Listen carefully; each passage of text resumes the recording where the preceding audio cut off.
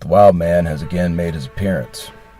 He was last seen near High Point by a reliable gentleman who was searching along the spurs of Lookout Mountain for mineral indications.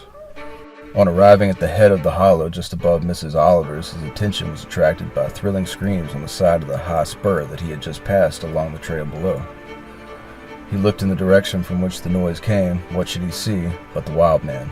When his fright cooled down, he discovered that the old fellow was not making any move towards him, but was standing erect and shaking his fist at him and showing signs that were not favorable to a human being.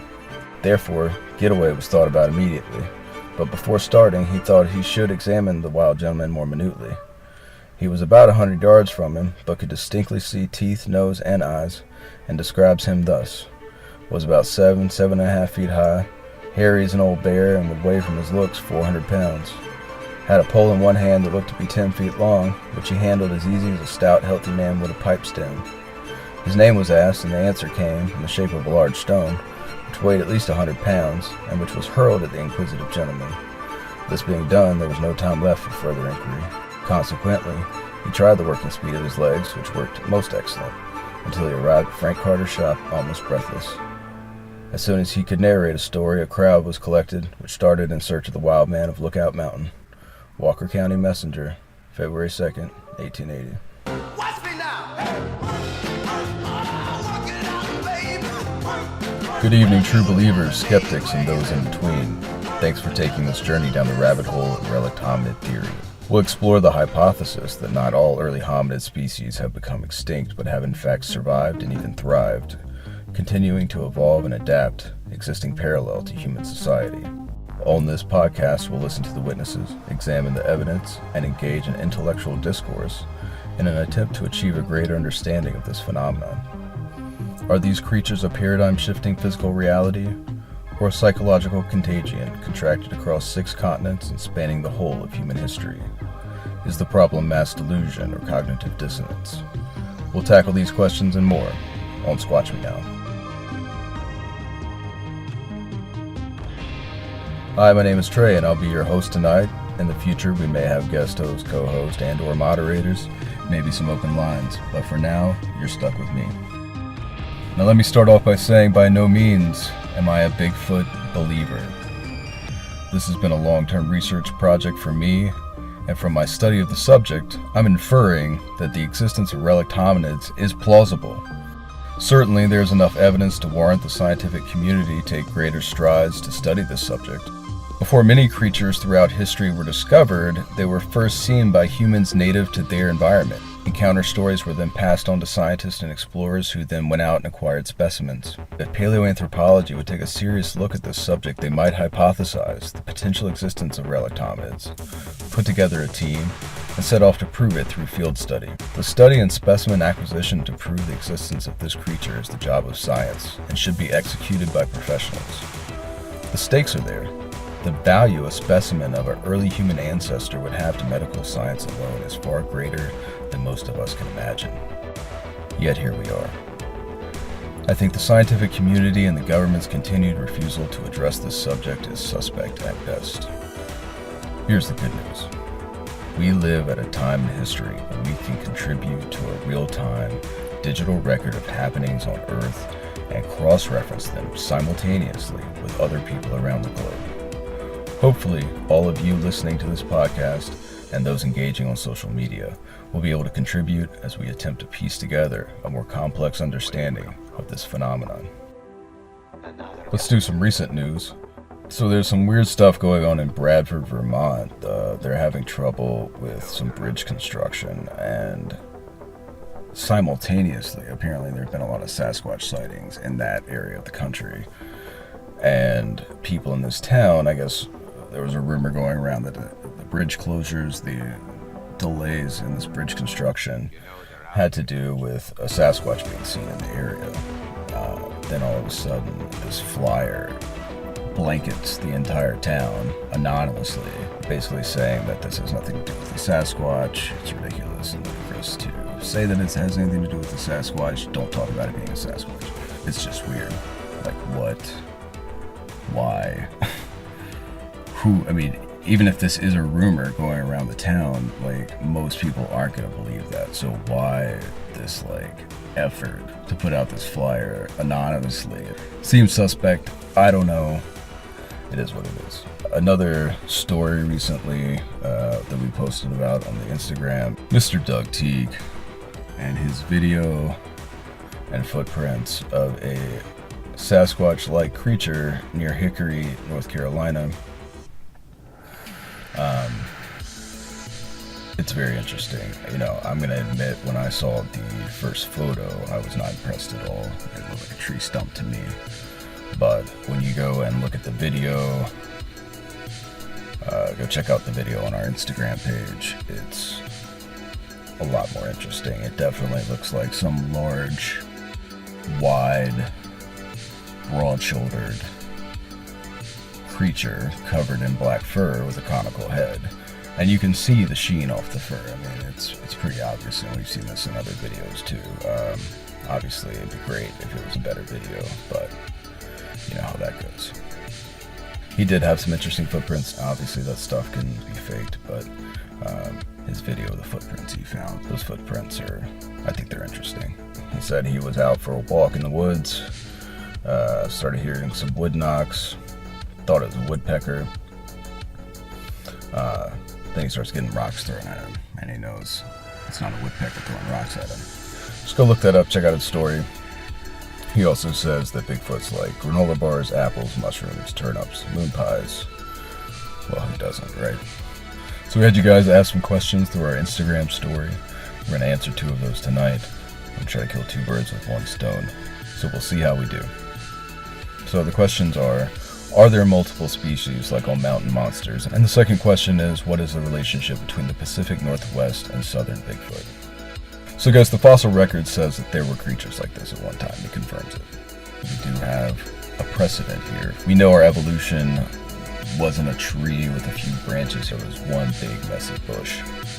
There are 8 known hominid groups thought to be extinct, and we have around 6,000 individual hominid fossil specimens. Fossilization is a 1 in a million chance. It's extremely, extremely rare. So our fossil sample is very limited, and it's being reconstructed from the best bet of the scientists involved. When we see life-size models of early humans in museums, we are seeing the interpretation of a few fragmented bone fossils by the scientists and artists making the display. In recent decades, paleontologists have announced that they think many dinosaurs were covered in feathers rather than lizard-like skin. And this is a prime example that no one really knows what these early hominids looked like fleshed out. In many cases, scientists have teeth, maybe a jawbone, and from that, they have to construct an entire visual of this creature.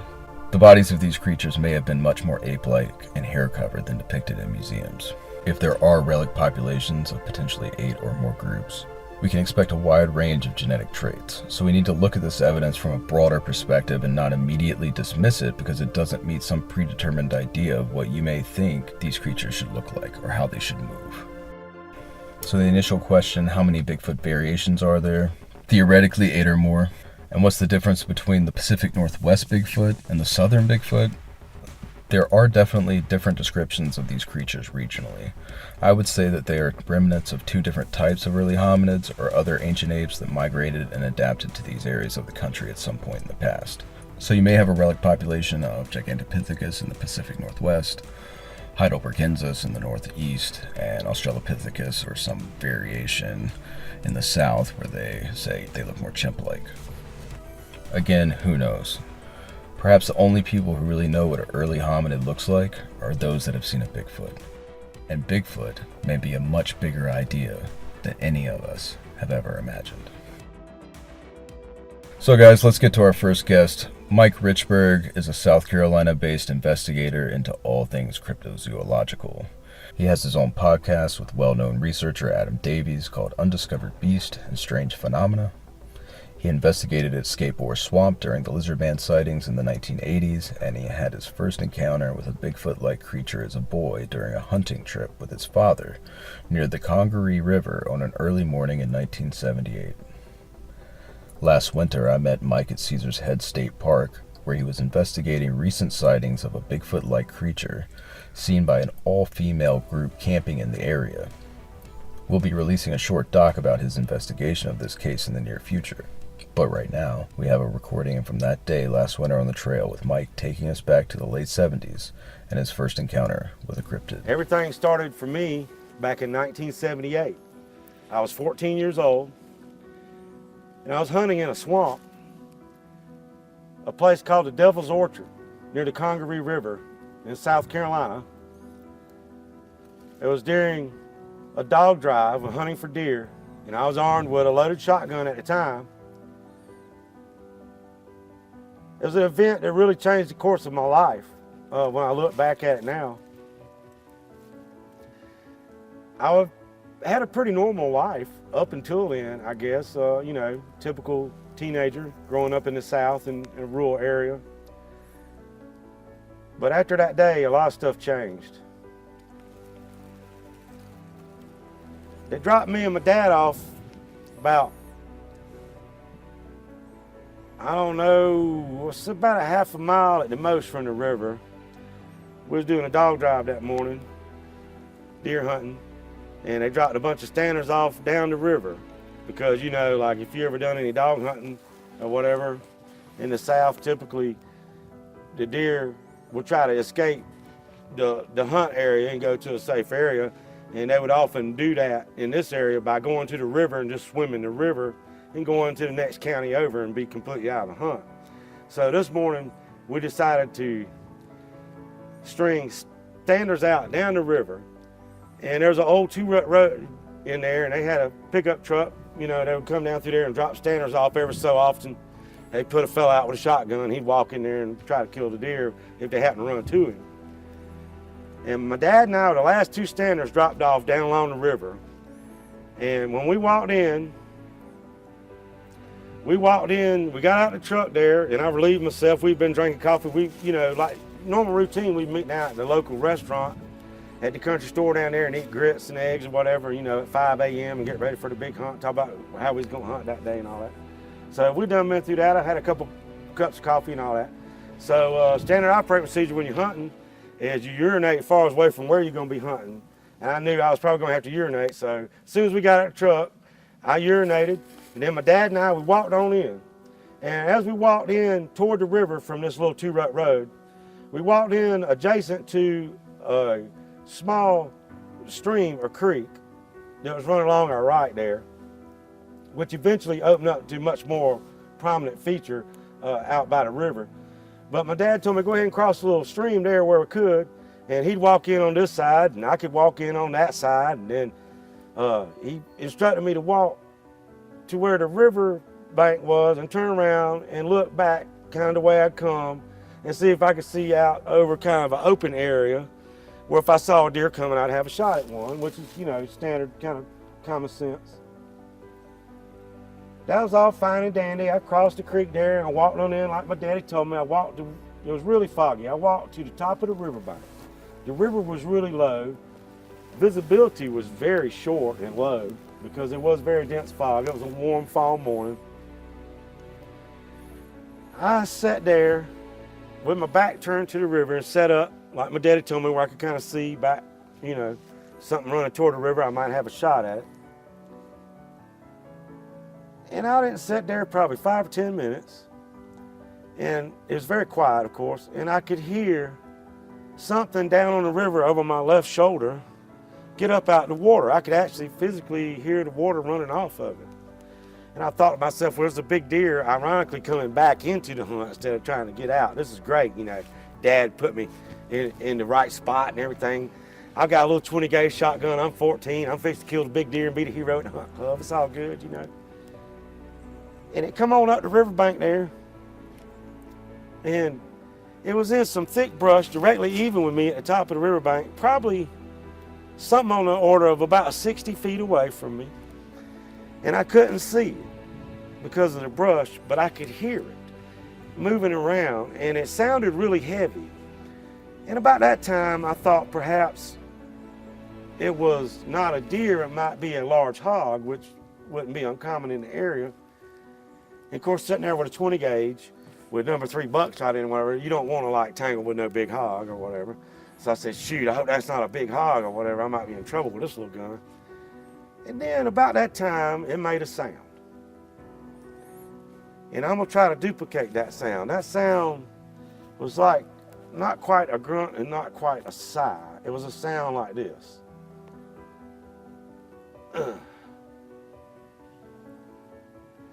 And I said, well, I thought to myself, that's a human sound. And then my mind, you know, started running. I said, well, it must be somebody that just come up out the river and standing right over there. And I said, well, that don't make sense for nobody to be down here first thing in the morning in this river swamp down here like that. Unless, you know, it's an escaped convict or something really crazy going on. So then I was kind of like, that's very peculiar, you know. But I didn't have to ponder that long, because about that time, it walked out from my left, quartering out in front of me. And as soon as it stepped out the brush where I could see it, I said, well, it's black like a bear, I thought, but it's standing upright. And then it caught my attention. I said, well, that ain't right, you know, walking upright like that. And for whatever reason, at that moment, I looked straight at the ear on the side of his head. And that's when everything changed for me, because it wasn't a pointy bear ear like a dog or canine or something like that. It was a round ear like a person or a primate.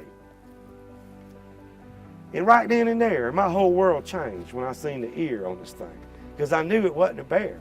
It wasn't a man in a ghillie suit. I was looking at a gorilla. My mind immediately jumped to gorilla. And I was convinced I saw a gorilla. And that's what I thought of it as for many months following this, until it eventually dawned on me that if you see a gorilla in the woods in North America, they call it a Bigfoot. But in my mind, that day when it happened all, there's a gorilla. I'm sitting here deer hunting, there's a freaking gorilla in the swamp. The thing is huge. I can't really see from the waist down because of the undergrowth and stuff. And there's trees and bushes and stuff in there, but I see it walking right through there. And I don't get a good look at the face. I can't see his face. But I can see a little bit of skin right here on the face. And one thing that really stuck out to me as it moved out there in front of me is it took his hand up just like that and took a branch and moved that branch out of his way so it wouldn't like hit him. Just like you or I would if we were walking through the woods and there was a tree branch in the way, we just reach our hand up there and push it out the way so it don't hit us in the face or whatever. That's exactly what it did. And when it reached up, it didn't reach up with a bare paw. It reached up with a hand.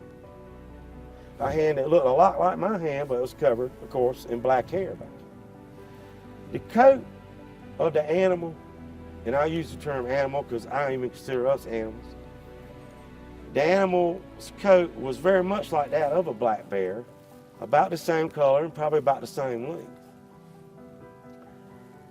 It had tremendous upper body size and its arms were cartoonishly large.